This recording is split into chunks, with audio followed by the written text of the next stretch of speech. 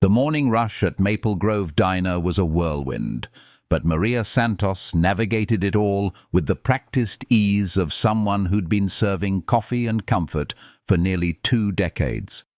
At 42, she bore life's burdens with a quiet dignity, her gentle smile a subtle mask for the challenges of raising her teenage daughter alone since her husband's accident 3 years prior.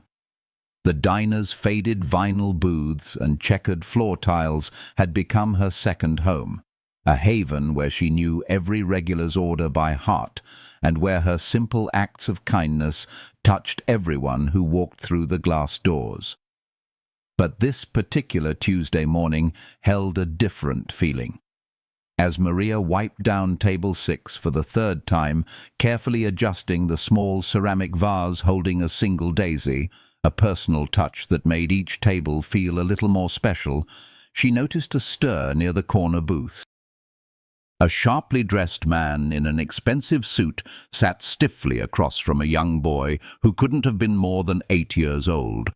The child was gently rocking back and forth, his hands pressed tightly over his ears as the surrounding chatter of the breakfast crowd seemed to overwhelm him.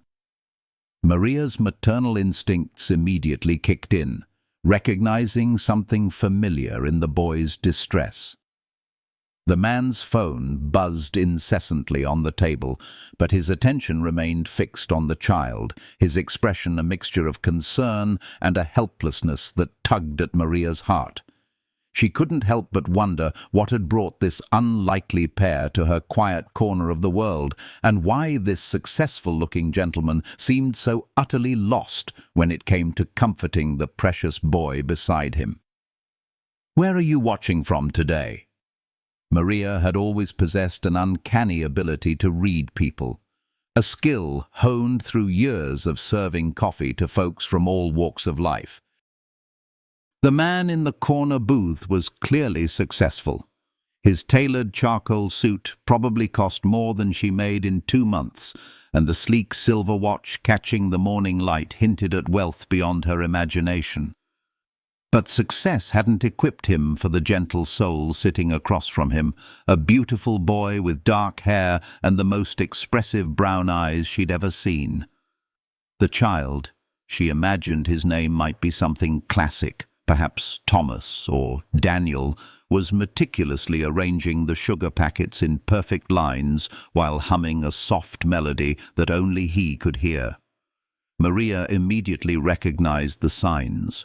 Her neighbor's grandson had similar tendencies, and she'd learned that routine and a calm environment were essential for children like him. The businessman kept glancing at his buzzing phone, then back at the boy, his jaw tightening with each passing minute, as if he was waging an internal battle between duty and devotion. "More coffee, gentlemen?" Maria approached their table with her warmest smile, noting how the boy's humming ceased the moment she spoke.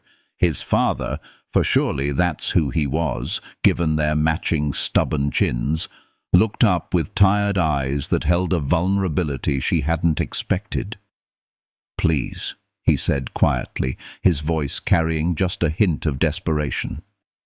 "And maybe, do you have anything plain? No sauce? No seasoning?" His request was delivered with the weary tone of someone who'd learned that simple requests often met complicated responses in the outside world. "Of course, sweetheart," Maria said, directing her words to the boy who peeked up at her through his lashes. "How about some golden pancakes, plain as can be, with a little cup of maple syrup on the side? You can use as much or as little as you like." She kept her voice soft and steady, the same tone she'd used when her own daughter had been overwhelmed as a child. Something magical happened then. The boy's shoulders relaxed, and he offered the smallest nod, his fingers still organizing the sugar packets, but with less urgency now. The father, she caught a glimpse of his credit card and saw Mitchell embossed on the platinum surface. Watched this exchange with something close to wonder. "He doesn't usually..." Mitchell began, then stopped himself, as if sharing too much might break whatever spell Maria had cast. But their peaceful moment shattered when Mitchell's phone rang with an aggressive buzzing that made the boy cover his ears again and rock more intensely. The name Harrison Holdings Urgent flashed on the screen, and Maria saw Mitchell's face transform from gentle father to high-powered executive in an instant. "I have to take this," he said, standing abruptly. "It's about the Peterson deal, and if I don't—" He looked torn between the phone and his son, corporate responsibility warring with paternal instinct. The boy's humming grew louder, a self-soothing mechanism that Maria recognized, but the breakfast crowd was getting busier and noisier. She watched Mitchell step outside to take his call, pacing back and forth beyond the glass windows, one hand pressed to his ear, the other gesturing emphatically. Through the window, she could see him checking his watch, his free hand running through his hair in frustration. That's when the real trouble started. A group of construction workers at the next table began making comments about the boy's humming, their voices carrying that particular brand of ignorance that made Maria's protective instincts flare. "What's wrong with that kid?" one of them muttered loud enough for the boy to hear. "Can't he sit still like a normal person?" The boy's rocking intensified, and his careful arrangement of sugar packets scattered as his hands began to shake. Maria saw tears forming in those expressive brown eyes, and something fierce awakened in her chest. She'd spent 20 years protecting people in this diner, from heartbroken teenagers to elderly folks eating alone, and she wasn't about to let anyone hurt this precious child on her watch.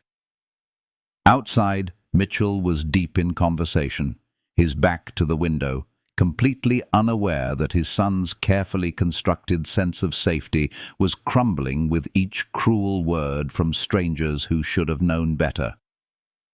The boy looked toward the door, searching for his father's reassuring presence, but found only empty space and the overwhelming noise of a world that didn't understand him. Maria made a decision that would change everything. Setting down her coffee pot with deliberate calm, she moved toward the construction workers' table, her protective mama bear instincts overriding any concern about customer service or keeping the peace. Sometimes, she knew, kindness required courage, and some battles were worth fighting, especially when innocent children were caught in the crossfire. The boy needed a champion, and Maria Santos had never backed down from protecting someone who couldn't protect themselves. Maria didn't raise her voice. She'd learned long ago that quiet strength carried more power than shouting ever could. She approached the construction workers' table with the measured steps of a woman who'd spent decades navigating difficult situations with grace, her coffee pot still in hand, like a symbol of her authority in this small corner of the world. "Gentlemen," she said, her tone warm but unmistakably firm, "that young man over there is having a tough morning, and I'm sure you remember what it felt like to be overwhelmed when you were his age." She refilled their cups without being asked, a gesture of respect that somehow made her next words carry more weight. "Maybe we could keep our voices down and give him some space to find his calm." The lead worker, a burly man with paint-stained hands and a face that suggested he wasn't used to being corrected, looked up with surprise. "Lady, we're just trying to eat our breakfast. If the kid can't handle being in public, maybe—" Maria interrupted gently. "Maybe we could all remember that this diner has been serving families for 40 years, because we believe everyone deserves a place where they can feel safe and welcome." Her smile never wavered, but something in her eyes suggested this wasn't a request. "That little boy is someone's everything, just like your children are yours." Behind her, she could hear the boys' breathing beginning to steady as the men's voices lowered to respectful murmurs. One of the younger workers, barely out of his teens, looked toward the corner booth with something like recognition dawning in his eyes. "My little brother's like that," he said quietly.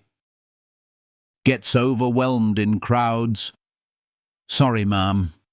But Maria's attention was drawn back to the boy when she heard a soft voice say, "Excuse me, miss." He was looking directly at her, his brown eyes still shimmering with unshed tears, but holding a spark of curiosity that hadn't been there before. In his small hands he held the sugar packets he'd been arranging, now formed into a perfect star pattern. "This is beautiful, honey," Maria said, crouching down to his eye level. "Did you make this for me?" He nodded solemnly. "It's like the one in my room. Daddy says stars help us find our way home when we're lost." His voice was soft but clear, each word carefully chosen and delivered with the earnestness that only children possess. "Your daddy is very wise," Maria replied, accepting the sugar packet star as if it were made of pure gold. "And you're very talented." "What's your name, sweetheart?" "I'm Danny," he said, then added with obvious pride, "Daniel Mitchell Harrison III, but I like Danny better because it's not so long." The name Harrison hit Maria like a gentle shock. Harrison Holdings. She'd seen that name in the business section of the newspaper, usually accompanied by words like billionaire and empire.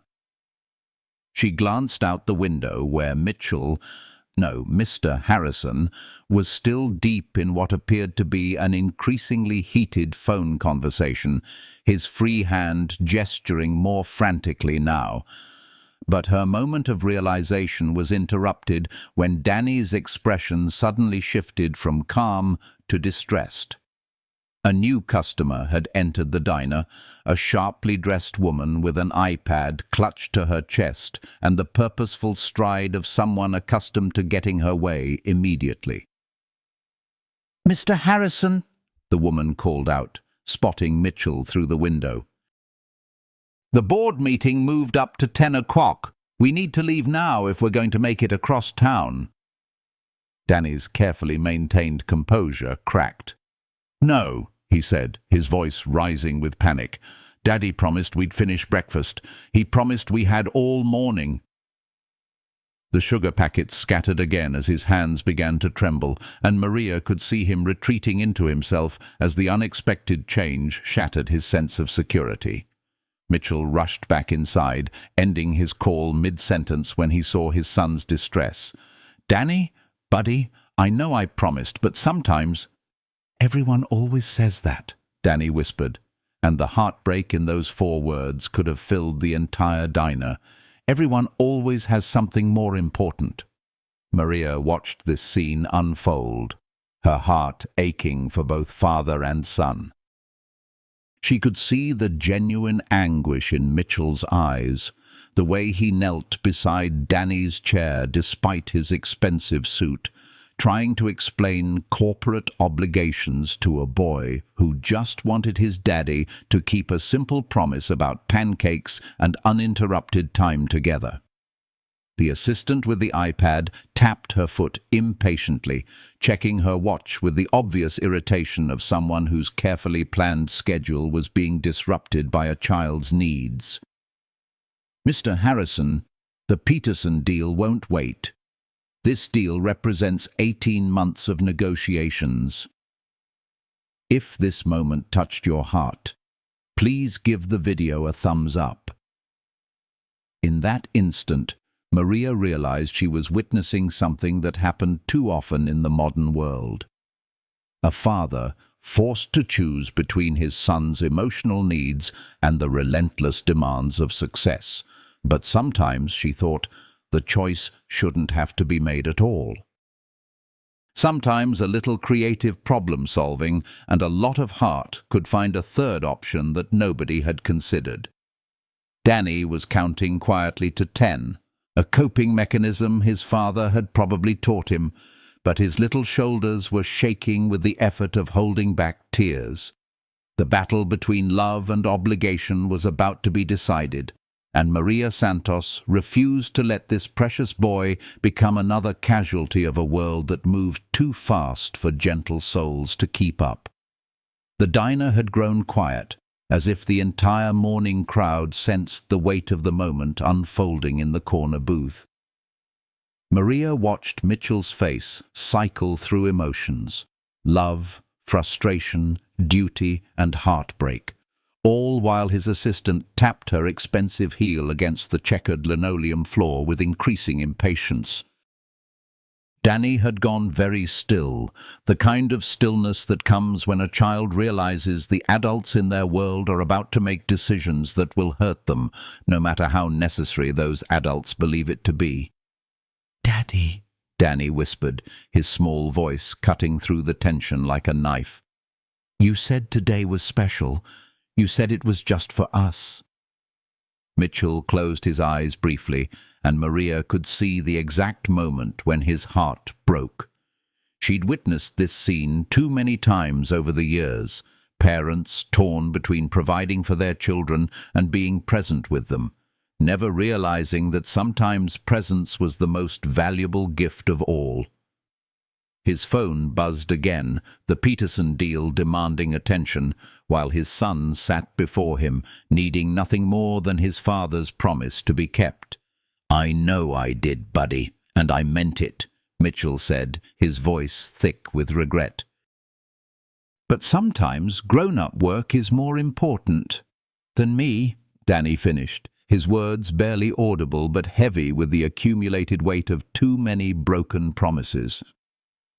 He began arranging the salt and pepper shakers in a perfect line, his small hands moving with mechanical precision, while his eyes filled with tears he refused to let fall. The assistant stepped forward, her voice taking on the cold efficiency that Maria had come to associate with people who measured worth only in dollars and deadlines. "Daniel, your father has responsibilities that affect thousands of employees. Surely you can understand that this meeting—" "His name is Danny," Maria said quietly, surprising herself with the firmness in her voice. All eyes turned to her, but she kept her gaze fixed on the assistant.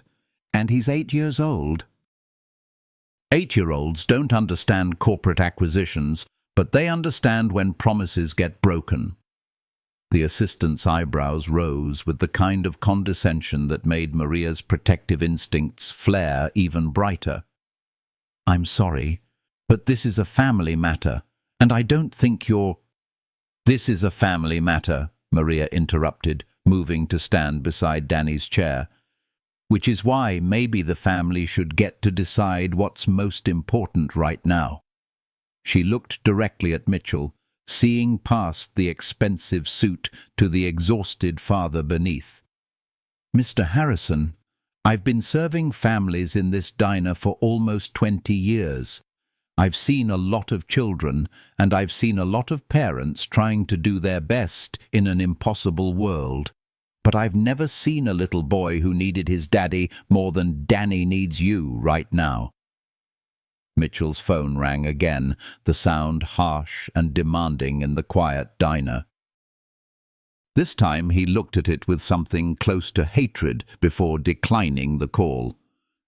"The board is expecting me," he said, but his words lacked conviction.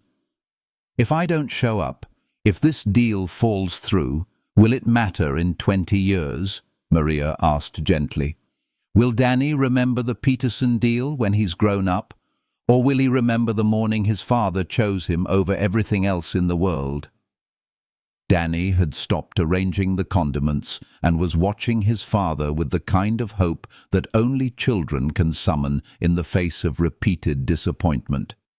It was beautiful and heartbreaking at the same time, this absolute faith that maybe, just this once, love would win over obligation.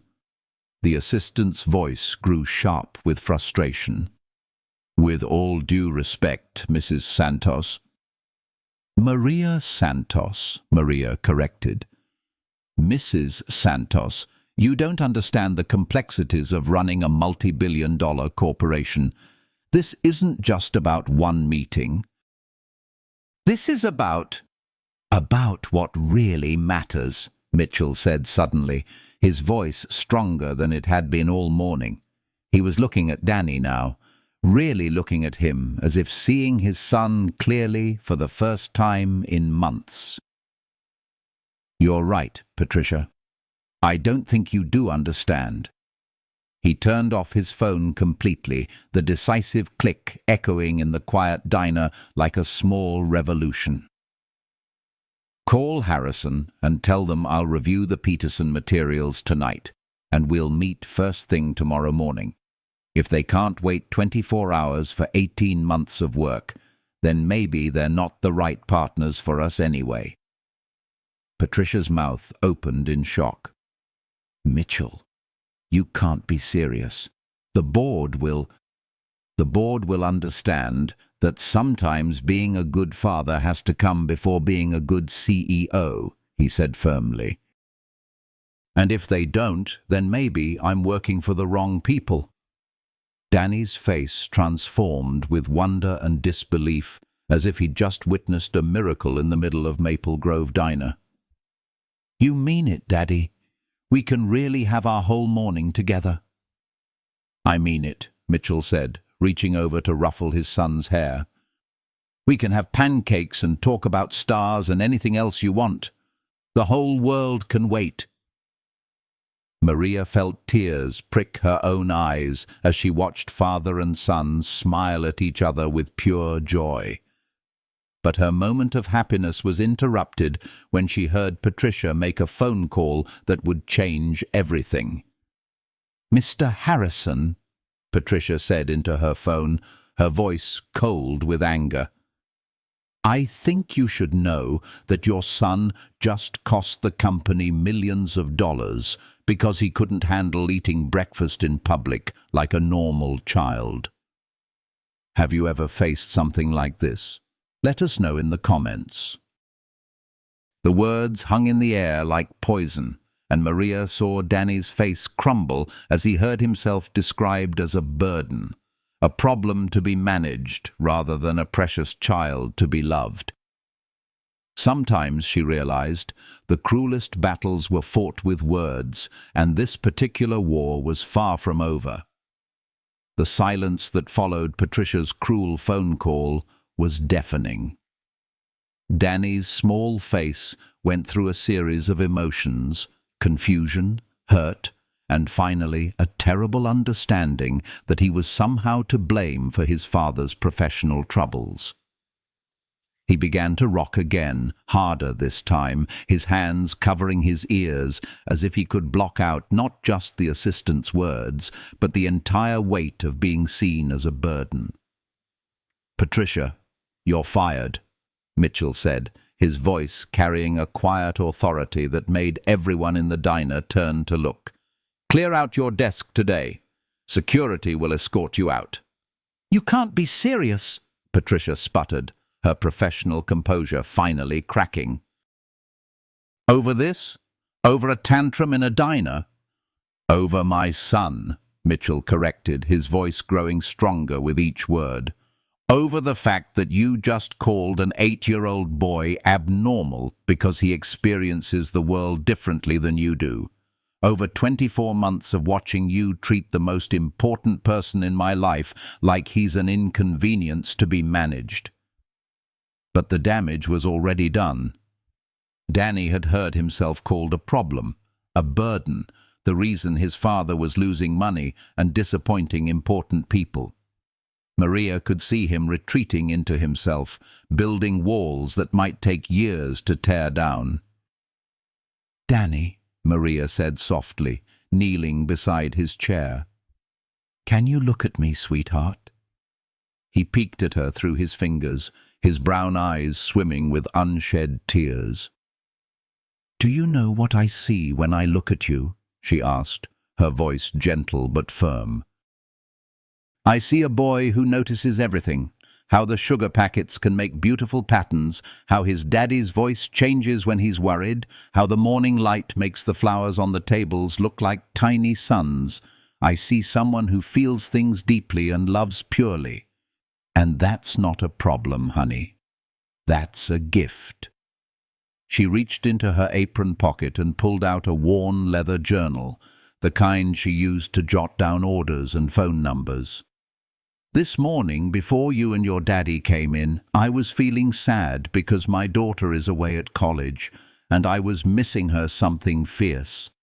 But then you made me that beautiful star out of sugar packets, and suddenly I remembered that there's magic all around us, if we just know how to look for it. Danny's rocking slowed as he listened, his hands dropping from his ears. Your daddy didn't lose anything important today, Maria continued, glancing up at Mitchell, who was watching with tears in his own eyes. He found something precious. He remembered that being your father is the most important job he'll ever have. Mitchell sat down heavily in the booth beside his son, pulling Danny close. She's right, buddy. I've been so busy trying to build a company for your future that I almost forgot to be here for your present. And you know what? Every dollar I might lose, every deal that might fall through, none of it matters more than this moment with you. But what if people think I'm weird? Danny whispered, voicing the fear that had been growing in his heart. Then those people are missing out on knowing one of the most special boys in the whole world, Mitchell said firmly. And their opinion doesn't get to decide your worth. Maria stood up, her heart full, as she watched father and son hold each other. But she wasn't finished yet. She walked over to where Patricia stood, still clutching her phone and iPad like shields against a world that had suddenly stopped making sense. "Ma'am," Maria said quietly, "I need to ask you to leave. This is a family diner, and family means treating everyone with kindness and respect, especially children." Patricia's face flushed red with indignation. "Do you have any idea who I am? Who he is?" She gestured toward Mitchell. "This is Mitchell Harrison, CEO of Harrison Holdings. I could buy this entire place and tear it down tomorrow." "Maybe you could," Maria agreed calmly. "But you can't buy back the damage you just tried to do to that little boy's heart. And you can't tear down the love in this family, no matter how hard you try." Several other customers began to applaud, a quiet show of support that grew louder as more people joined in. The construction workers from earlier stood up, and the young man who'd mentioned his brother stepped forward. "Ma'am," he said to Patricia, "my little brother is like Danny, and I'd want someone like Mrs. Santos looking out for him if I wasn't there." If you've been enjoying this story, subscribe to our channel for more heartwarming tales. Patricia looked around the diner, seeing nothing but faces united in protection of one special little boy, and finally understood that she had lost more than just her job. That morning, she had lost the chance to be part of something beautiful, something that money couldn't buy and power couldn't control. As she gathered her things and left without another word, Maria returned to Mitchell and Danny's table with a plate of perfect golden pancakes, plain as promised, with maple syrup on the side. But what happened next would prove that sometimes the most valuable lessons come from the most unexpected sources. Unexpected teachers. 3 months later, Maria was wiping down that same corner booth when she heard the familiar jingle of the diner's bell. She glanced up to see Mitchell and Danny strolling through the door, both wearing matching grins that hinted at shared adventures and inside jokes. Danny bolted toward her immediately, his face beaming with excitement. "Miss Maria, look what I brought you." He held out a meticulously crafted star made from folded paper, painted gold and silver with tiny glitter that caught the afternoon light just right. Daddy and I made it together. He learned how to do origami just so we could make you something special. Mitchell approached more slowly, his expensive suits replaced by comfortable jeans and a simple button-down shirt. The perpetual tension that had etched itself onto his face during their first meeting had vanished, replaced by something that looked remarkably like peace. Danny insisted we stop by during our Saturday adventure, he explained, but his smile betrayed that he'd been just as eager to return. "We go on adventures every Saturday now," Danny announced proudly, clambering into his favorite booth. "Last week we went to the butterfly garden, and Daddy learned that butterflies taste with their feet." "Did you know that, Miss Maria?" "I did not know that." Maria chuckled, accepting the paper star like the invaluable treasure it was. "That's amazing. What else have you two discovered?" As Danny launched into an enthusiastic account of their recent explorations, the science museum where they'd built rockets, the park where they'd fed ducks and learned their names, the library where Danny had unearthed 3 new books about constellations, Maria couldn't help but notice the profound transformation in both father and son.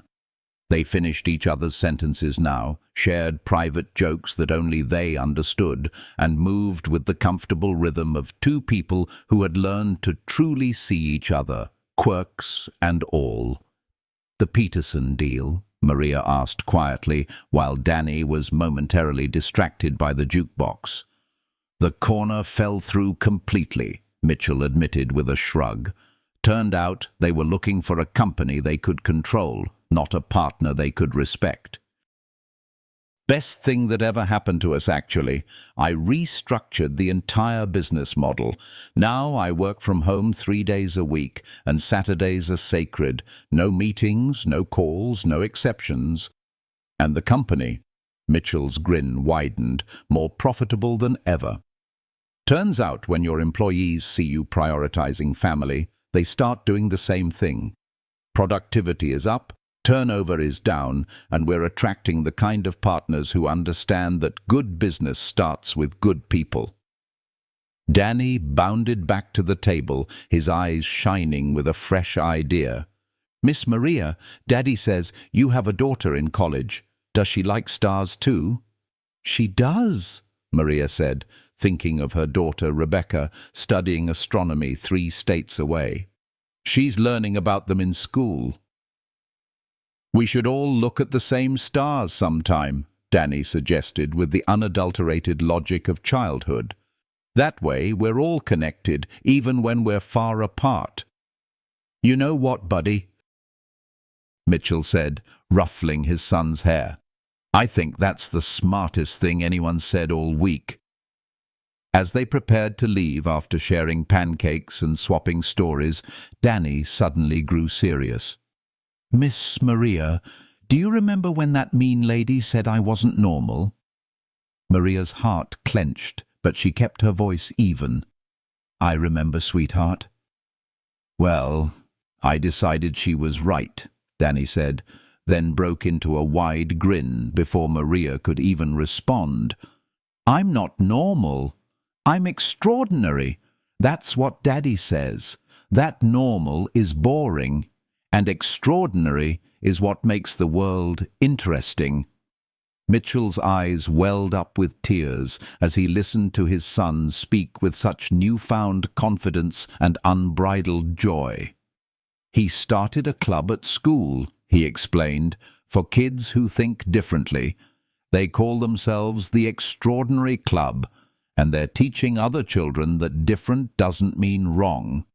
It just means special. And guess what?" Danny added excitedly. 3 more kids joined this week. We're going to change the whole world, one extraordinary person at a time." As they walked toward the door, Danny turned back one last time. "Miss Maria, Thank you for protecting me that day. Daddy says that's what angels do. They show up when people need them most, disguised as regular people doing their jobs." After they left, Maria stood in the quiet diner, holding Danny's paper star, contemplating the ripple effects of kindness. One seemingly small moment of choosing to stand up for a child had changed not just their morning, but their entire lives, setting them on a completely different trajectory. Mitchell had restructured his priorities and rediscovered what truly mattered.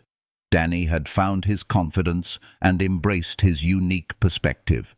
And she had been reminded that sometimes the most important thing you can do is simply refuse to let cruelty win.